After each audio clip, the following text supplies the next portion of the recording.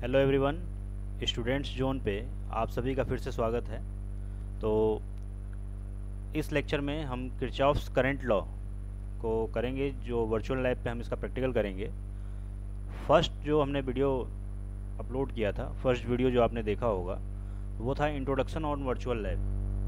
तो जो लोग पहली बार इस चैनल पे हैं, इस वीडियो को देख रहे हैं, तो उनसे मैं कहूँगा कि पहले वो इंट्रोडक्शन टू वर्चुअल लैब, जो यहाँ पे देखिए इंट्रोडक्शन टू वर्चुअल लैब जो करके वीडियो है, 6 मिनट का है, इसको आप ज़रूर देखें। पहले इसको आप देखेंगे तो आपको वर्चुअल लैब के बारे में पता चलेगा कि क्या चीज़ है ये। फिर आप इस वीडियो पे आइए, फिर से आप इसको देखिए। तो इसमें जैसा कि मैंने पिछले वीडियो में भी कहा था कि हम नेक्स्ट लेक्चर जो होगा हमारा, वो किरचॉफ्स लॉ पे होगा। तो ये लगभग सारे ब्रांच में इसका प्रैक्टिकल होता है, किरचॉफ्स करंट लॉ का। बीटेक और डिप्लोमा सब में है ये। और आप मुझे जानते ही हैं, मेरा नाम अभिषेक गुप्ता है, बीटेक एमटेक, और मैं असिस्टेंट प्रोफेसर हूँ। तो आइए देखिए, किरचॉफ्स करंट लॉ, इसको हम किरचॉफ्स फर्स्ट लॉ भी कहते हैं। Based on conservation of charges, law of conservation of charges. देखिए ये बहुत इंपॉर्टेंट पॉइंट है, law of conservation of charges. और केवीएल जो होता है, केवीएल किरचॉफ्स वोल्टेज लॉ, वो क्या होता है? कंजर्वेशन ऑफ एनर्जी, एनर्जी का कंजर्वेशन, और ये चार्जेस का कंजर्वेशन। तो यहाँ पे देखिए क्या है, KCL states that algebraic sum of all the currents entering at a node is zero. Algebraic sum, इस पॉइंट पे भी आपको ध्यान देना है, अलजेब्रिक सम का मतलब क्या है और नोड क्या है और उनका सम। अब यहाँ देखिए, चार्जेस क्या हैं? जो चार्जेस का ही तो फ्लो होता है current, current is flow of charges, और इसी का कंजर्वेशन है आपका केसीएल, किरचॉफ्स करंट लॉ। तो यहाँ पे देखिए, summation of all the currents at a junction at a node always equal to zero. इसको अब एक मैं एग्जांपल से समझाता हूँ। देखिए, सपोज़ करिए आपके पास एक जंक्शन, एक नोड है यहाँ पे, इस पे कई सारे वायर्स कनेक्टेड हैं जिसमें अलग अलग करंट है।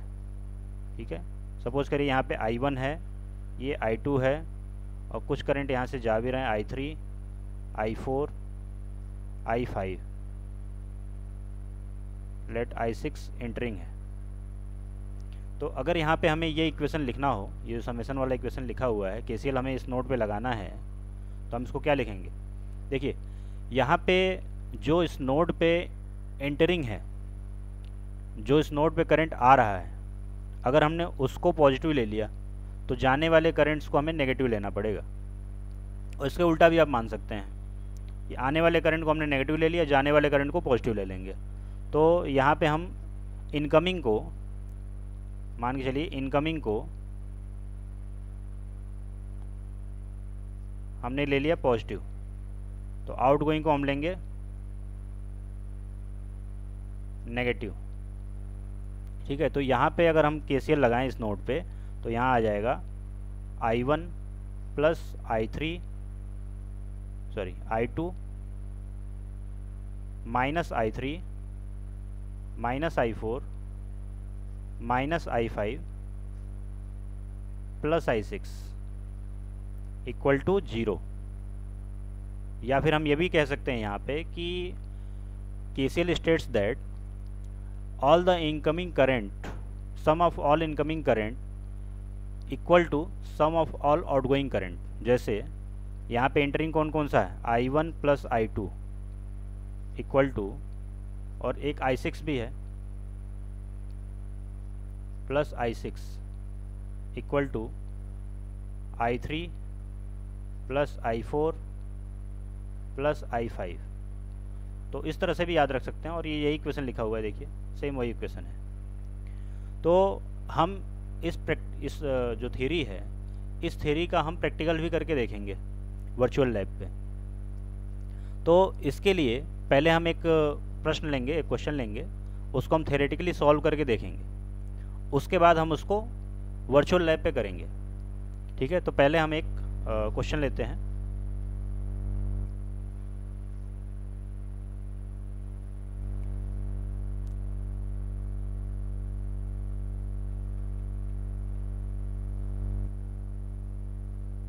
देखिए यहाँ पे एक सर्किट हम ले लेते हैं।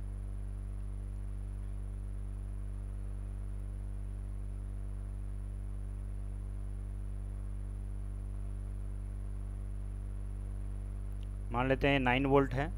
यहाँ पे हमने ले लिया ये 6 ओम का, ये हमने ले लिया 6 ओम का, ये दो रजिस्टर हमने यहाँ और ले लिया 3 ओम और 3 ओम। तो हमें यहाँ पे ये प्रूव करना है कि अगर यहाँ पे इस नोड पे देखें, ये करंट हमने मान लिया I1, ये I2 और ये I3, तो यहाँ पे क्या होना चाहिए, I1 equal to I2 plus I3 होना चाहिए। I1 equal to I2 plus I3 होना चाहिए। चलिए तो इसको करके देखते हैं। देखिए, एक मिनट।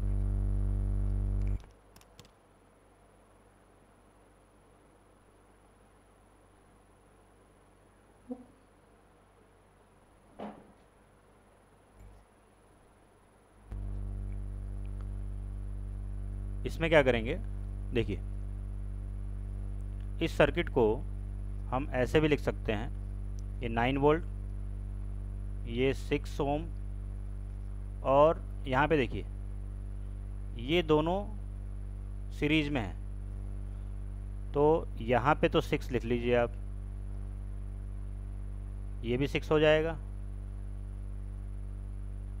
अब ये दोनों सीरीज में हैं, ये सॉरी पैरेलल में हैं, इनको हम क्या लिखेंगे, फिर से हम इसको बना सकते हैं। ये हो गया 3 ओम का और ये 6 ओम, ये 9 वोल्ट। अब ये करंट हम बता सकते हैं कितना है, I1। देखिए I1 क्या आ जाएगा यहाँ पे अगर हम KVL लगा दें तो वैसे भी आप लिख सकते हैं 9/6 + 3 कितना आ गया, ये 9/9 इज़ 1 एम्पियर। तो हमारे पास ये करंट आ गया I1, ये आ गया हमारे पास I1 कितना आ गया, 1 एम्पियर। अब देखिए I2 और I3 कितना आएगा, तो यहाँ पे देखिए यही तो I2 है, ये I2 है और ये I3 है। तो I2 जो है वो भी 6 ओम रजिस्टर में जा रहा है, ये I3 भी 6 ओम रजिस्टर में जा रहा है, और यहाँ पे I1 कितना आ रहा है, 1 एम्पियर, और ये 6 दोनों बराबर हैं, तो दोनों में करंट भी डिवाइड बराबर ही होगा। तो इसका मतलब जो I2 आएगा वो आएगा 0.5 और I3 भी आएगा 0.5। चाहे तो आप यहाँ पे करंट डिवीजन रूल से भी कर सकते हैं। करंट डिवीजन से कैसे करेंगे, अगर ये I2 हमें ज्ञात करना है, I2 प्राप्त करना है, तो I2 इक्वल टू जो मेन करंट है I1 इंटू इसके पैरेलल वाला रेजिस्टेंस 6 अपान दोनों रेजिस्टेंस को ऐड कर दिए 6 + 6, और I1 कितना है 1 इंटू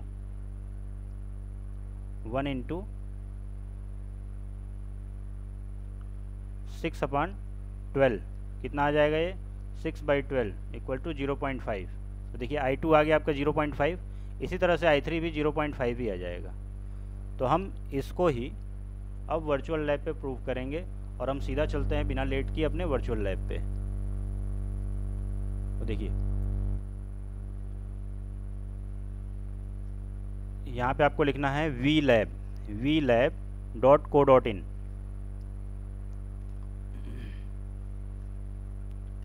इसके बाद हमें चलना है, यहाँ पे आप जाइए इलेक्ट्रॉनिक्स एंड कम्युनिकेशन में, उसके बाद आप जाएं सीधे लास्ट में, यहाँ पे है electric circuit lab. Electric circuit lab में यहाँ पे जाएंगे आप किरचॉफ्स लॉ पे।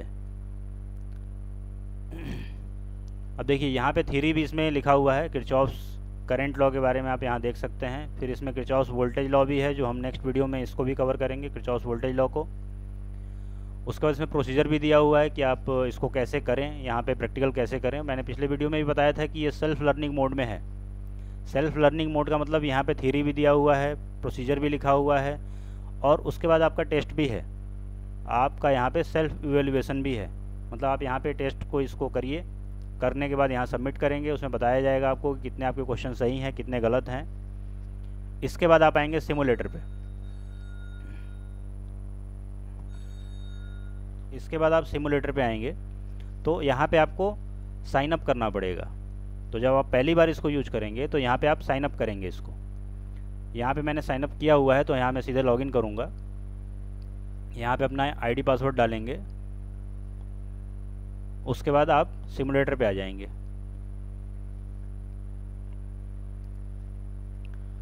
तो यहाँ पे आप क्लिक करेंगे, इसके बाद अलाउ करेंगे इसको।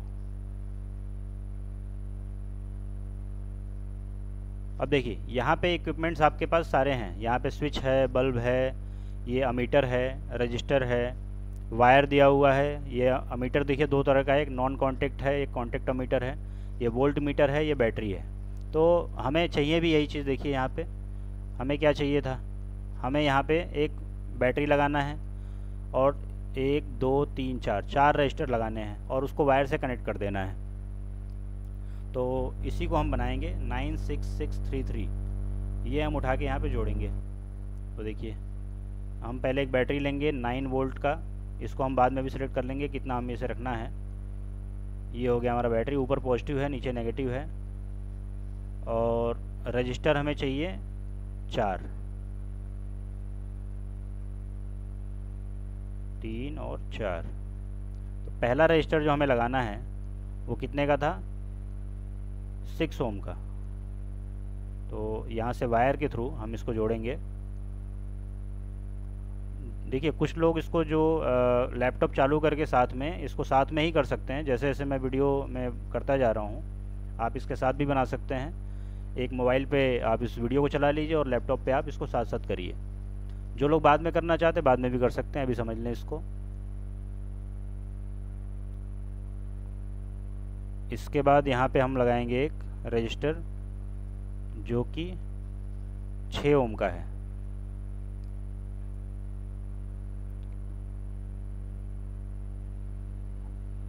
अभी हम इसकी वैल्यू को बाद में आखिरी में हम इसको सेट करेंगे वैल्यू को। अभी हम पहले कनेक्शन कर लेते हैं। ये हो गया और 1 2 3 4।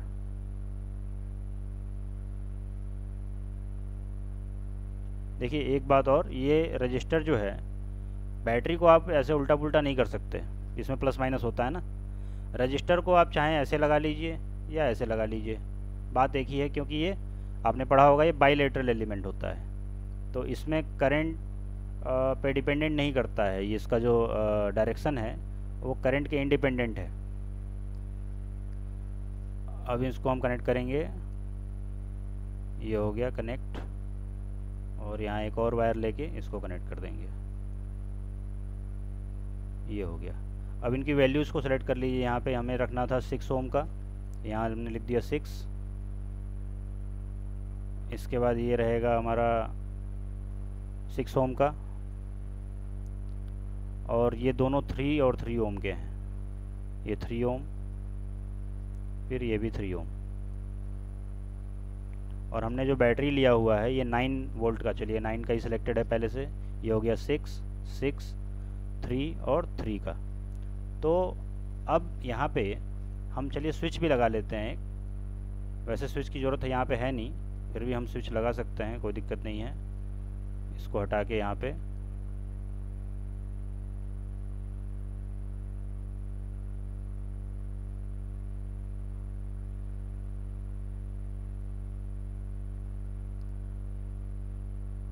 ये हमारा स्विच कनेक्टेड हो गया। ठीक है, अब हमें क्या करना है, इस ब्रांच में करंट देखना है। ये स्विच वाली जो ब्रांच है वो ब्रांच हमने I1 लिया था, तो ये वाली जो करंट है I1 ये इन दोनों करंट के सम के बराबर होना चाहिए। यहाँ से जो दो ब्रांचेज निकल रही हैं इन दोनों के सम के बराबर होना चाहिए। और हमने अभी देखा भी है, तो हमारा कितना आया था कैलकुलेशन के बाद, 1 ampere, 0.5 ampere, 0.5 ampere, I1 I2 I3 ये आया हुआ था। तो अब देखिए ये नॉन कॉन्टेक्ट अमीटर है, इसको हमें कनेक्ट नहीं करना है, इसको सिंपल हम यहाँ रखेंगे।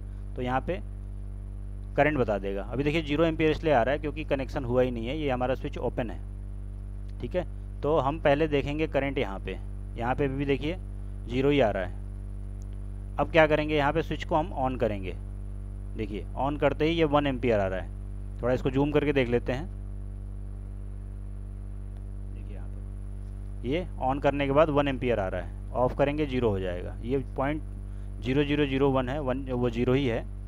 ठीक है, तो ये ऑन करने के बाद 1 एम्पियर, यहाँ पे देखिए 0.5 एम्पियर और यहाँ पे भी 0.5 एम्पियर। तो ये देखिए 0.5 और 0.5 कितना हो गया, 1 एम्पियर। तो ये 1 एम्पियर के बराबर आ गया। तो इस तरह से हमारा ये प्रैक्टिकल हम लोग लैब में भी ऐसे ही करते हैं, और ये वर्चुअल लैब है, इसको आप घर पे कर सकते हैं, कहीं भी जाने आने की ज़रूरत नहीं है। तो ये आप ही लोगों के लिए है और MHRD की तरफ से है ये, तो आप सब इसका यूज कर सकते हैं। और एक बात और है, बहुत लोगों के मन में प्रश्न होगा कि ये अमीटर और इस अमीटर में क्या डिफरेंस है। तो देखिए ये अमीटर बिल्कुल वैसे ही है जैसे हम लोग लैब में यूज करते हैं। जो मेरे स्टूडेंट हैं, मेरे पढ़ाए हुए स्टूडेंट हैं लैब में, उनको मैंने कराया भी है, उनको याद होगा, और भी जो कहीं भी पढ़ते हैं उन सब लोगों को ये पता होगा कि इसको हम कैसे यूज करते हैं। सीरीज में हमें लगाना होता है, अमीटर को हमें सीरीज में लगाना होता है। अब सपोज़ करिए कि हमें करंट यहाँ पे मेजर करना है इस वाली ब्रांच में, तो हमें ये कनेक्शन यहाँ से हटा के और इसको यहाँ पे लगाना पड़ेगा। देखिए कैसे लगाएंगे इसको। तो पहले हम यहाँ से कनेक्शन हटाएंगे, इस वायर को हटाएंगे। वायर को हटाने के बाद ये मीटर लेके और कुछ वायर से हम इसको जोड़ लेंगे। 2 वायर की ज़रूरत पड़ेगी। देखिए यहाँ पे ये जुड़ गया, अभी 0 आ रहा है क्योंकि कनेक्शन हुआ नहीं है। ये देखिए 0.5 आ जाएगा, अभी ये आ गया 0.5। तो इस तरह से ये मीटर हम लगाते थे, और लैब में हम अभी भी ऐसे ही करते हैं। जो ये इस तरह का भी मीटर आता है, क्लैम्प मीटर बोलते हैं उसको, ये भी बहुत सारे लैब में आप लोगों को मिल जाएगा। तो कोई जादू नहीं है, ये सब अवेलेबल है, आपके वर्चुअल लैब में भी अवेलेबल है और फिजिकल लैब में भी अवेलेबल है। तो इसको लगाने में थोड़ी दिक्कत होती है कि हमें कनेक्शन यहाँ से हटाना है, स्विच को ऑफ़ करना पड़ता है पहले तो, हैं। अगर लैब में करते हैं तो स्विच को ऑफ़ करेंगे, ऑफ़ करने के बाद ये पहले कनेक्शन करेंगे, कनेक्शन करने के बाद फिर हम स्विच ऑन करेंगे। हम यहाँ पे ऑफ़ करके ही करेंगे इसको। और ये वाला जो मीटर होता है हम इसको कैसे भी लगा सकते हैं, इसमें ऑफ़ करने की ज़रूरत नहीं है, सीधा हम उठाएंगे और यहाँ लगा देंगे, यहाँ लगा देंगे। ठीक है, तो चलिए इस वीडियो में इतना ही। और जो लोग ये इस वीडियो को देख रहे हैं, शुरू से देख रहे हैं, वो आगे भी देखते रहें। और इसमें जो फर्स्ट ईयर में इलेक्ट्रिकल लैब में जो लैब होते हैं, किरचॉफ्स वोल्टेज लॉ है, किरचॉफ्स करंट लॉ तो हो ही गया, थेवेनिन थ्योरम है, सुपरपोजिशन है, नॉर्टन थ्योरम है, मैक्सिमम पावर ट्रांसफ़र थ्योरम है, तो ये सारी चीज़ें अभी इसमें कवर होंगी। इसके बाद धीरे धीरे हम कोर इलेक्ट्रिकल की तरफ चलेंगे। कोर इलेक्ट्रिकल का मतलब हम नेटवर्क को करेंगे, नेटवर्क के बाद हम फिर मशीन लैब को करेंगे, पावर सिस्टम लैब को करेंगे। तो ये काफ़ी लंबा चलने वाला है, ये अभी ख़त्म नहीं होने वाला है, ये बहुत ही लंबा चलेगा। पहले नेटवर्क को करेंगे, नेटवर्क के बाद हम फिर डिजिटल भी करेंगे, डिजिटल लैब भी इसमें अवेलेबल है, डिजिटल लैब में भी चलेंगे। उसके बाद हम मशीन लैब में चलेंगे, पावर सिस्टम, पावर इलेक्ट्रॉनिक्स सारे लैब को करेंगे।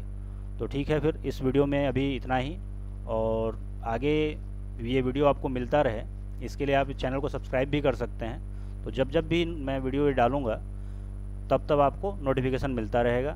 तो थैंक यू।